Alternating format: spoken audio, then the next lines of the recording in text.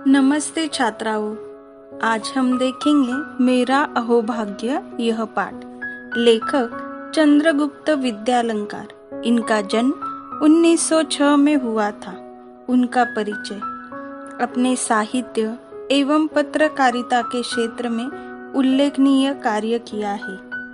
उनकी रचनाएं संदेह, मेरा बचपन, न्याय की रात, मेरा मास्टर साहेब, चंद्रकला, पगली, 3 दिन, भय का राज्य, देव और मानव आदि।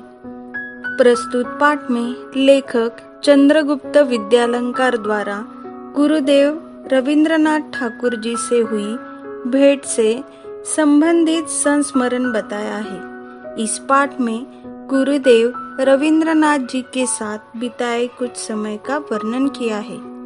लेखक को शांति निकेतन में सौभाग्य से उसी कमरे में ठहरने का अवसर मिला जहां बैठकर नोबेल पुरस्कार प्राप्त गीतांजलि की रचना की गई थी। शांति निकेतन पश्चिम बंगाल भारत के बीरभूम जिले में छोटा सा शहर है।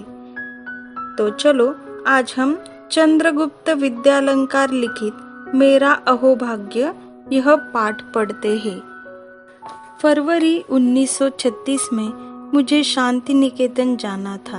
वहाँ एक साहित्यिक कार्यक्रम होने वाला था। मैं बहुत ही उल्लासित था। उल्लासित यानी आनंदित, क्योंकि उस कार्यक्रम की अध्यक्षता स्वयं गुरुदेव रविंद्रनाथ जी करने वाले थे। निश्चित दिन कोलकाता से हम बहुत सारे लोग शांति निकेतन के लिए रवाना हुए। लगभग 1 दर्जन हिंदी वालों का यह दल शांति निकेतन के सुंदर अतिथि भवन में ठहराया गया। दल यानी के समूह। यह अतिथि भवन अशोक वृक्ष के सघन उपवन के बीचों बीच बनवाया गया था। सघन यानी घना। बहुत ही सुंदर, बड़ी और अच्छी इमारत थी वह। जैसे सोचा था वैसे ही पाया। ऊपर की मंजिल के एक कमरे में हमें ठहराया गया। कमरे के बाहर एक विस्तृत बरामदा था। विस्तृत यानी बड़ा। बरामदे में खड़े होकर अगर बाहर देखा जाए तो सामने ही सघन बकुल वृक्ष दिखाई दे रहे थे। बकुल वृक्ष एक वृक्ष की जाति नाम है। दूसरे दिन प्रातःकाल ही हमें बताया गया कि गुरुदेव का स्वास्थ्य ठीक नहीं है। अंत कार्यक्रम की बैठक में वे नहीं आ पाएंगे। मैं बहुत निराश हो गया।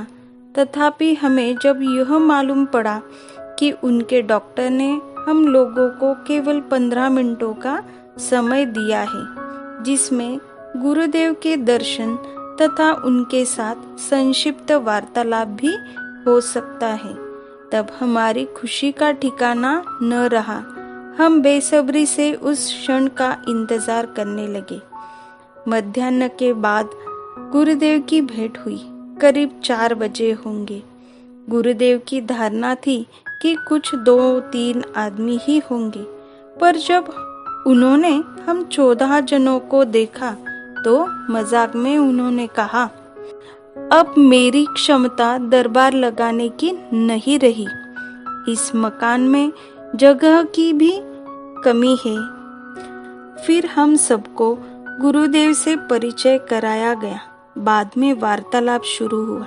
वार्तालाप यानी बातचीत। चर्चा के दौरान गुरुदेव ने कहा, अब से 50 बरस पहले जब मैंने कहानियां लिखना शुरू किया था तो इस क्षेत्र में एक आधी आदमी था। मेरी प्रारंभिक कहानियों में ग्रामीण जीवन के संसर्ग का ही वर्णन है। उसके पहले इस तरह की कोई चीज बांग्ला भाषा में नहीं थी। मेरी कहानियों में ग्रामीण जनता की मनोवृत्ति के दर्शन होते थे। उन कहानियों में कुछ ऐसी चीजें हैं जो संसार के किसी भी देश के आदमी को भा सकती है, क्योंकि मनुष्य का स्वभाव तो दुनिया में हर जगह एक सा ही है। गुरुदेव कुछ समय के लिए रुके तभी अपने आप मेरे मुंह से निकल पड़ा, गुरुदेव, आपके मन में काबुली वाला इस कहानी का विचार कैसे आया? यह लोकप्रिय कहानी देश के सभी भाषाओं के सभी बच्चों को बहुत ही प्यारी लगती है। गुरुदेव बोले, वह कहानी कल्पना की सृष्टि है। एक काबुली वाला था, वह हमारे यहाँ आता था और हम सब उससे बहुत परिचित हो गए थे। मैंने सोचा उसकी भी एक छोटी लड़की होगी और जिसकी वह याद किया करता होगा। इसी तरह वार्तालाप होता रहा। हम सबके लिए यह एक मानसिक खाद्य था। आश्चर्य की बात यह कि 15 मिनट के बजाय 40 मिनट हो चुके थे। अब गुरुदेव उठे, चल पड़े। जाते जाते उन्होंने कहा, जब मैं ऐसे किसी वार्तालाप के लिए कम समय देता हूँ, तब मेरी यह बात सचमुच ठीक न मानिएगा, क्योंकि मुझे स्वयं लोगों से बातचीत करने में आनंद आता है। हम सब ने गुरुदेव को धन्यवाद दिया और विदा ली। मैं अतिथि गृह के मेरे कमरे में वापस आया। गुरुदेव के साथ हुई वार्तालाप से मुझे एक असाधारण उल्लास की अनुभूति हो रही थी। उल्लासित यानी आनंदित। पर जब मुझे पता चला कि जिस कमरे में मुझे ठहराया गया था, उसी कमरे में स्वयं गुरुदेव काफी समय तक रह चुके थे, तब तो मेरी खुशी का ठिकाना न रहा।